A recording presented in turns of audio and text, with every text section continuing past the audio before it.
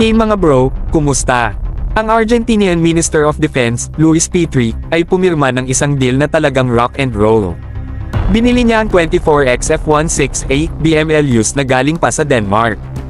Ang mga jets na to, hindi lang basta-basta, astig, powerful, at talagang papalakpak ang Argentina sa larangan ng depensa. Pero, wait, may bonus pa. Hindi lang ito tungkol sa mga jets kundi pati sa mga armas na kasama nila. Meron tayong AIM-9X Sidewinders at AIM-120D AMRAAM missiles. Ito yung mga armas na kahit sino, pag nakita, wow, talaga. Hindi lang depekto, panalo sa kalangitan. Ngayon, Terra, usapang diskarte.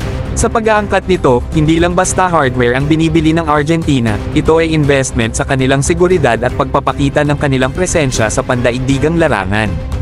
Malakas na pasabog, malakas na mensahe, handa ang Argentina. At syempre, sino bang hindi may inspire sa isang bansa na marunong sumagupan ng tama? So, ano ang susunod na hakbang? Abangan ang himpapawid dahil handa nang magdala ng malaking pagbabago ang Argentina. Sa mga F-16 at kanilang deadly payload, sila ay handang ipagtanggol ang kanilang teritoryo at ipakita ang kanilang lakas sa buong mundo.